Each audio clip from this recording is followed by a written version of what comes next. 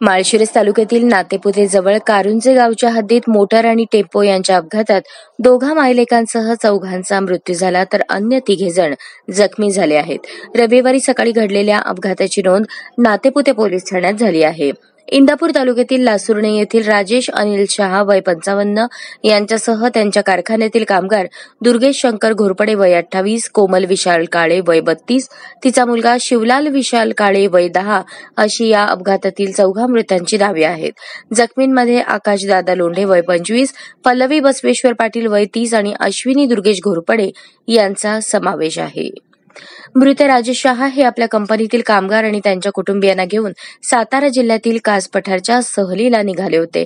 सकाळी त्यांनी इंदापूर सोडले. पुणे पंढरपूर मार्गावरून कास पठाराच्या दिशेने जात असताना लासुर्णेपासून अवघ्या 20 किलोमीटर अंतरावर कारंजे तालुका माळशिरस गावच्या हद्दीत पुलावरून त्यांची मोटार चुकीच्या दिशेने धावत होती, तेव्हा या मोटारीची दुसऱ्या एका टेम्पोला धडक बसून हा अपघात झाला.